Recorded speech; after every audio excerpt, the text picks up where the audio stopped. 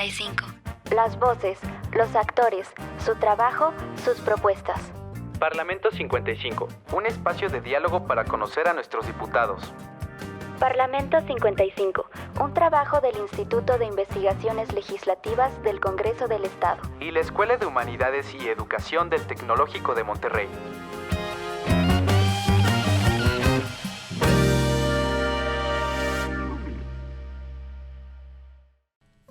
Bienvenidas y bienvenidos a otro capítulo más de Parlamento 55, este programa del Instituto de Investigaciones Legislativas en coordinación con el TEC de Monterrey, Campus Cuernavaca.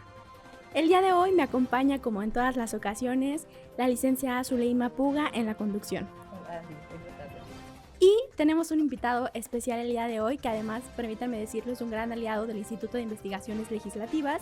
Él es el licenciado Carlos Ángel Matías Montoya, quien actualmente es representante federal del Instituto Nacional de Pueblos Indígenas. Licenciado, bienvenido. Muchas gracias, compañeras. No, al contrario, muchas gracias por acompañarnos. Antes de entrar de lleno con la entrevista, vamos a escuchar una breve semblanza del licenciado Carlos. Carlos Ángel Matías Montoya es licenciado en Psicología Comunitaria por la Universidad Autónoma del Estado de Morelos y especialista en Desarrollo Sustentable por el Centro de Investigaciones en Biotecnología de la UAM, asesor de proyectos comunitarios y con organizaciones indígenas, coordinador y panelista en diversos foros y congresos en materia ambiental y de derecho indígena, integrante de la Comisión Observadora en el proceso electoral del municipio indígena de Hueyapa. Participó en el proceso de consulta sobre la reforma constitucional de los derechos de los pueblos indígenas y afromexicanos, en la consulta sobre la creación del municipio indígena de Tetelcingo y en la integración del Catálogo Nacional de Pueblos y Comunidades Indígenas y Afromexicanos. Actualmente es titular de la Oficina de Representación del Instituto Nacional de los Pueblos Indígenas en Morelos. En Parlamento 55, La entrevista.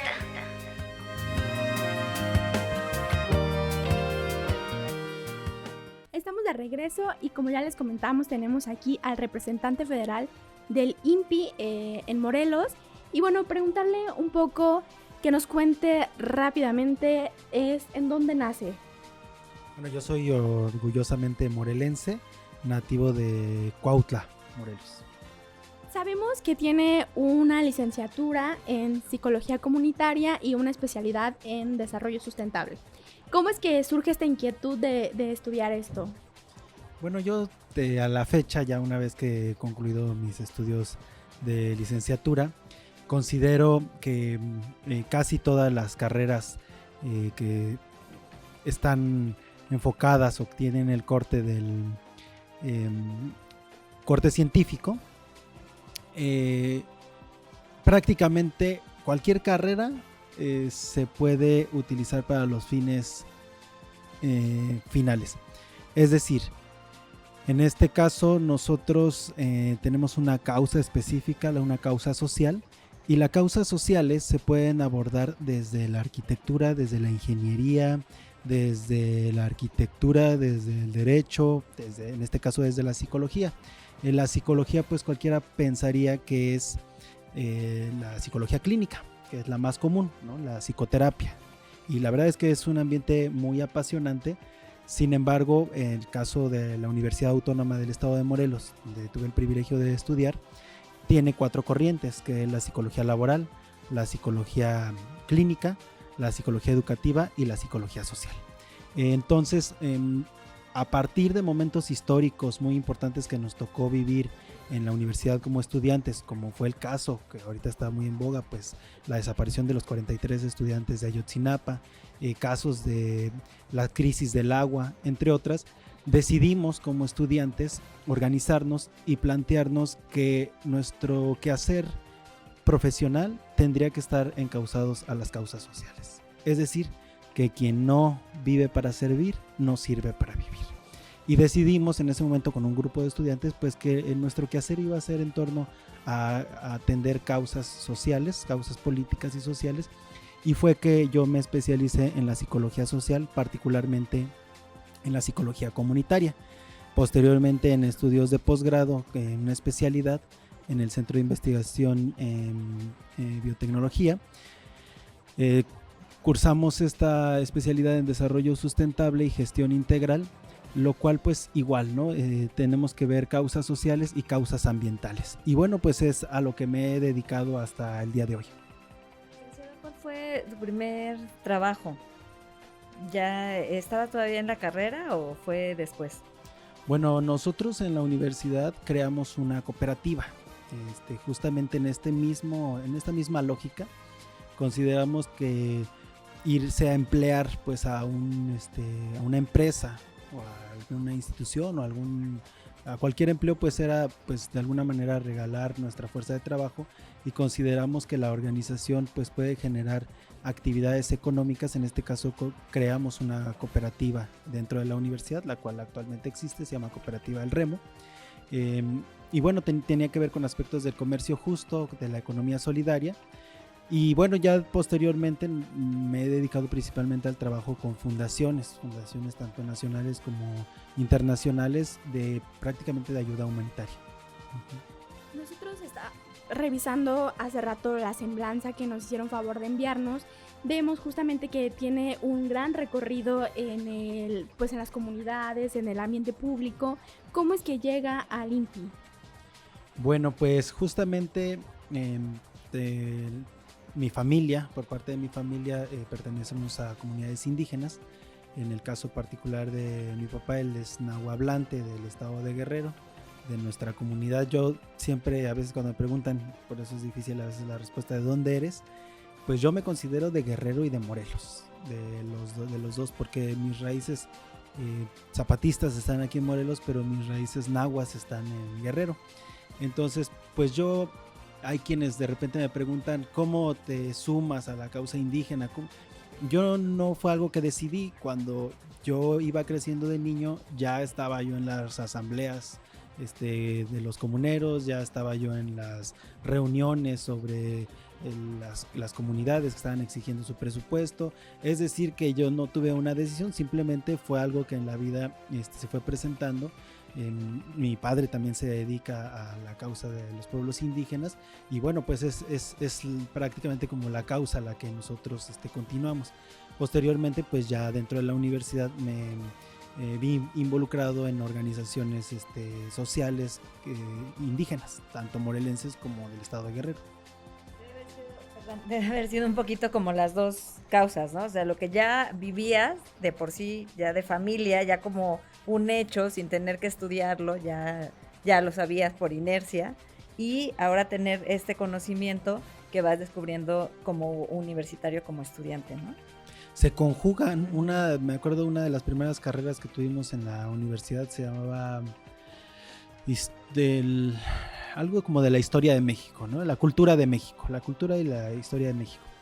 Entonces justamente visitamos, por ejemplo, museos de la casa de Frida Kahlo, la Casa Azul, el Anahuacalli de Diego Rivera, y bueno, pues grandes coleccionistas y también investigadores de la antropología en México. Y bueno, yo me vi muy identificado, ¿no? en la cultura que se estaba viendo desde la perspectiva de la psicología comunitaria, con justamente las raíces de las que yo vengo. Entonces, de hecho hicimos un ensayo, me pidieron hacer un ensayo sobre una parte de la cultura que me representara. Yo hice un ensayo sobre una petición de lluvias en Guerrero. Es una petición de lluvias nahua, que bueno, tiene toda una simbología, pero tiene que ver con los Tlacatl-Ocelot, que es el hombre jaguar. Entonces, a partir de entonces, pues yo me di cuenta pues que yo me quería dedicar a justamente profundizar y fortalecer esta identidad. Y licenciado, preguntarle para las personas que nos están viendo y que a lo mejor no lo tienen muy claro, ¿a qué se dedica este instituto? ¿Cuáles son sus tareas principales? Bueno, el Instituto Nacional de los Pueblos Indígenas es una dependencia del gobierno federal, una dependencia descentralizada. Su objetivo primordial, específico, por así plantearlo, pues es garantizar los derechos fundamentales de los pueblos indígenas y afromexicanos de México. Es una dependencia que tiene presencia en todo el país. Y bueno, ustedes saben, pueblos indígenas hay de punta a punta, desde los Odam, Rarámuri, Huirras en el norte, como los mayas, otziles, tojolabales en el sur, no se diga el centro del país donde estamos nosotros. Y bueno, es garantizar los derechos de los pueblos indígenas. Y muchos se preguntarán cuáles son esos derechos. Bueno, pues los pueblos indígenas tenemos derechos específicos en diferentes cuestiones. Establecidos están en el artículo 2 constitucional, lo que significa que antes de que llegaran los españoles ya había una cultura, o más bien varias culturas aquí en el país, en este territorio, que incluso abarcaba parte de Estados Unidos, parte de Guatemala, Belice, entre otros, y había una forma ya de organización muy importante y en otros ámbitos de las ciencias también, en cuestiones de agricultura, cuestiones de observatorios al cosmos y una forma de interpretar el mundo. Una vez que llegan los españoles, pues se intenta erradicar con eso, sin embargo, se conservan. Incluso a pesar pues de los castigos que implementó la Santa Inquisición, pero tuvo que ser clandestino.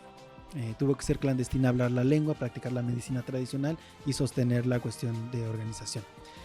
Después viene la independencia, después viene la reforma, viene la revolución y nos encontramos en este momento de la historia, que se conoce también como la Cuarta Transformación, y a pesar de todas estas otras transformaciones, se mantiene la lengua, se mantiene la medicina tradicional, se mantiene la forma de organización de los pueblos y se mantienen en los territorios.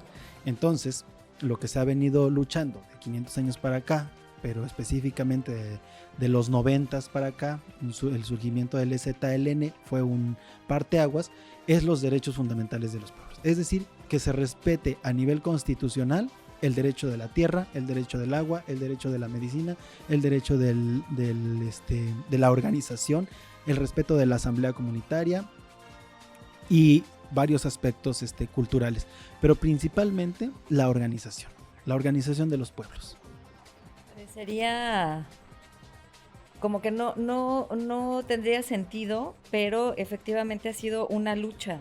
O sea, los pueblos sí han tenido que unirse, sí han tenido que manifestarse, sí han tenido que navegar a veces contracorriente para que precisamente se sigan respetando sus derechos, ¿no? Con lo cual, pues la mayoría entenderíamos, o muchos entenderíamos, no tendría que haber sido así. Sin embargo, sí ha sido una lucha. Han ganado.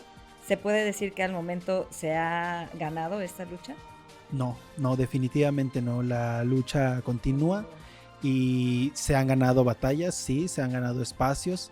El director general del Instituto Nacional de los Pueblos Indígenas, el licenciado Adelfo Regino Montes, él es un abogado en derecho indígena, MIGE, es uno de sus coordinadores, el licenciado Hugo Aguilar, también es indígena y bueno, este equipo del licenciado Adelfo en abogados se consideran de los pioneros y de las mentes brillantes en el derecho indígena a nivel internacional.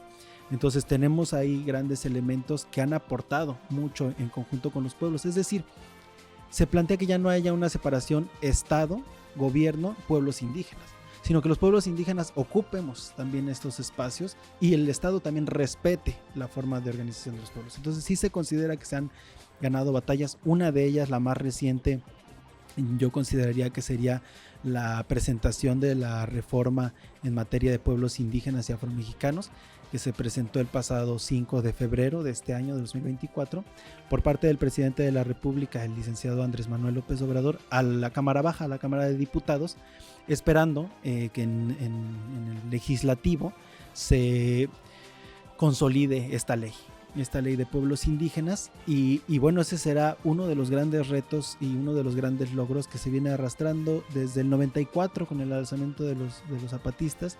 Después se retoma con el Congreso Nacional Indígena y los acuerdos de San Andrés, pero es una deuda que existe todavía. Sin embargo, un gran avance es que llegue por parte del presidente a los diputados. Ahora está en esa cancha esa lucha. Preguntarte cuál es la esencia de esa reforma.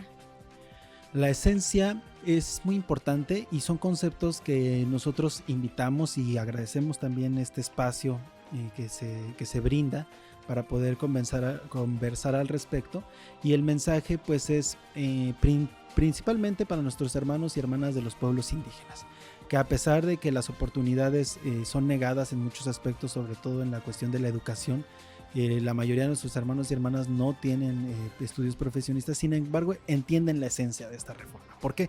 Porque la esencia de esta reforma viene de una consulta que se hizo a nivel nacional entre el 2018 y 2019, se ha hecho una consulta, se hicieron foros y ahí se plantearon las necesidades de los pueblos indígenas y afro. Entonces, el mensaje va incluso también para los servidores públicos, particularmente en este momento para los diputados y las diputadas federales, para los senadores y las senadoras, pero también para los profesionistas en derecho, específicamente en derecho, y también para las y los estudiantes, para que revisemos conceptos que parecieran básicos pero pudieran complejizarse, o al revés, pudieran parecerse complejos pero en realidad son simples. La esencia de la reforma es un concepto que se conoce como los pueblos indígenas como sujeto de derecho público. Actualmente en el artículo 2 dice los pueblos indígenas como sujetos de interés público. ¿Qué quiere decir esto? Que los pueblos indígenas son un sector vulnerable y el Estado debe de procurarlos. Debe de garantizar que tengan educación, que tengan centros de salud, que tengan intérpretes traductores en caso de un juicio, que tengan acceso a sus lenguas indígenas. Es decir, pero ¿quién es el que protege? El Estado. El gobierno es el que tiene que procurar a los pueblos indígenas.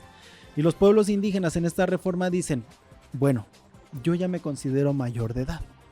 Yo ya considero que no necesito la tutela de alguien más. Yo considero que mi forma de organización ancestral la he demostrado que funciona durante mucho más de 500 años, porque eso es a partir de la conquista. Entonces dice, yo ya tengo la capacidad de autogobernarme, yo ya tengo la capacidad, es más, lo he hecho. A lo mejor no está constituido reconocido, pero lo he hecho y me ha funcionado.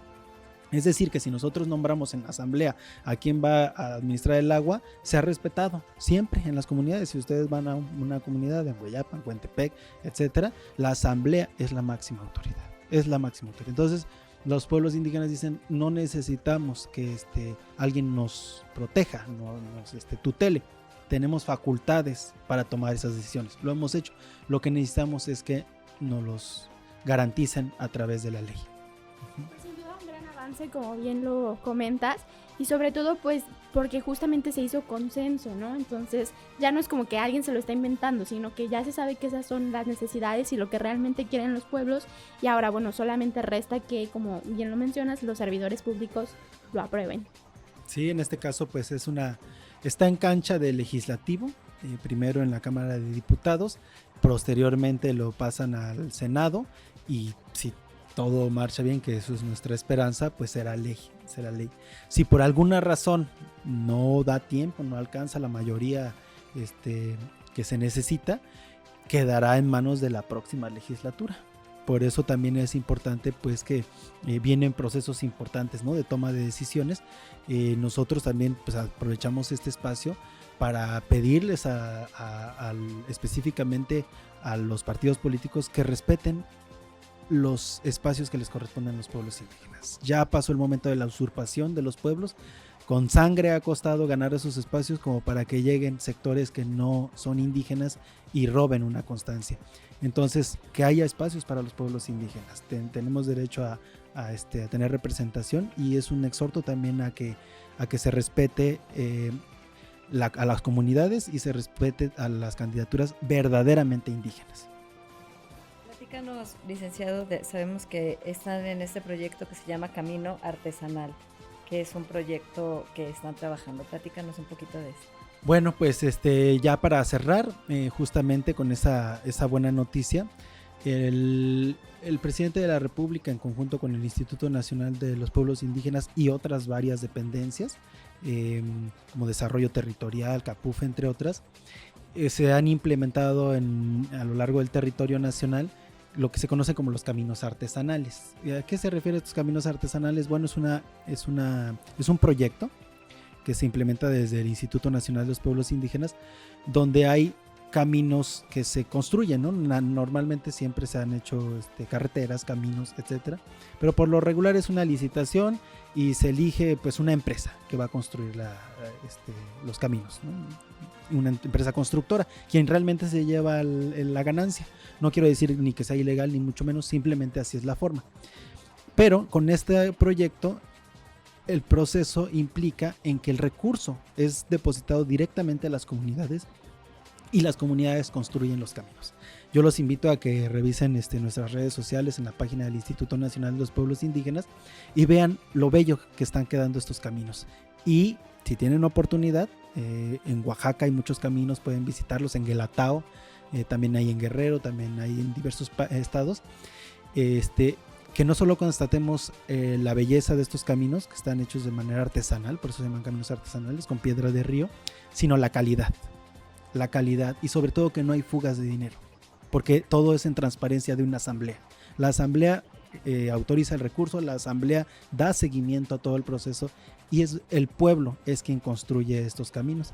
Y bueno, con la noticia de que en días pasados se acaba de firmar un convenio entre el Instituto Nacional de los Pueblos Indígenas y el municipio indígena de Hueyapan, y para hacer el primer camino artesanal aquí en el estado de Morelos, porque también pues están cordialmente invitados una vez que arranquemos con este proceso y pues seamos testigos de este proceso y cómo nuestros pueblos pues tenemos muchas capacidades. Voy a preguntar si Morelos todavía no tenía ninguno, y entonces este es un proyecto que la comunidad presenta y después se aprueba. Exactamente, sí, es una solicitud de la comunidad, tiene que llenar una serie de requisitos y tiene que hacer una serie de valoraciones, y bueno, la comunidad ha cumplido con todo esto, esta cuestión, y bueno, pues Hueyapan ha demostrado también pues una organización importante y tuvo esa capacidad. Hay veces que las comunidades se quedan atoradas en un trámite, hay veces todavía estamos en ese aspecto pues de los trámites, tiene que ser así, son recursos, tiene que ser transparente, tiene que haber una regla de operación, y bueno, Hueyapan ha tenido esa capacidad, y pues en días próximos estaremos inaugurando o poniendo la primera piedra de este camino. Pues extenderte una invitación porque sin duda es un gran avance, ¿no? Justo para las comunidades. Y bueno, ya nada más preguntarte que recientemente se llevó a cabo la instalación del Consejo Nacional. Sí, el Consejo Nacional de los Pueblos Indígenas se instaló el pasado 27, 28 y 29 de febrero en el Palacio de Bellas Artes. También tenemos una consejera aquí en Morelos, es tema importante, el tema de las mujeres es algo imparable, lo comentábamos, pues va a ser una presidenta de la República, va a ser una gobernadora de Morelos, y en este caso ya tenemos nuestra consejera nacional de pueblos indígenas. La de Morelos también es mujer, la que salió electa a nivel nacional, la coordinadora, también es mujer. Entonces bueno, pues esto es un hecho histórico importante que está conjugándose, y vamos a tener la segunda sesión del Consejo Nacional justamente en Guelatao, Oaxaca, el 20, 21 y 22 de marzo, en el aniversario del natalicio de Benito Juárez. Estará por allá el presidente de la República, acompañado ya por este Consejo Nacional, que bueno, pues en una segunda entrevista, si es que nos invitan, pues podemos abordar más a fondo sobre pues cuál es la tarea de este Consejo Nacional, que a nuestro criterio pues es fundamental. La invitación está abierta siempre a que nos acompañen. De verdad te agradecemos que nos hayas hecho este espacio, porque sabemos que anda siempre de arriba abajo y con trabajo en las comunidades. Y sí, ojalá, pues estamos atravesando el proceso electoral, entonces también será un tema interesante para las candidaturas indígenas. Ojalá después de este proceso podamos otra vez tenerte en esta cabina. Con mucho gusto y muchísimas gracias. Saludos a todas y todos los que nos escuchan. Gracias por habernos acompañado, gracias también a ustedes que nos están viendo, y nos vemos en un próximo capítulo de Parlamento 55. Hasta la próxima.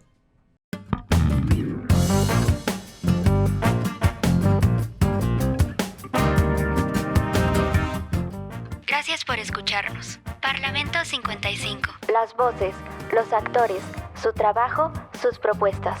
Parlamento 55, un espacio de diálogo para conocer a nuestros diputados.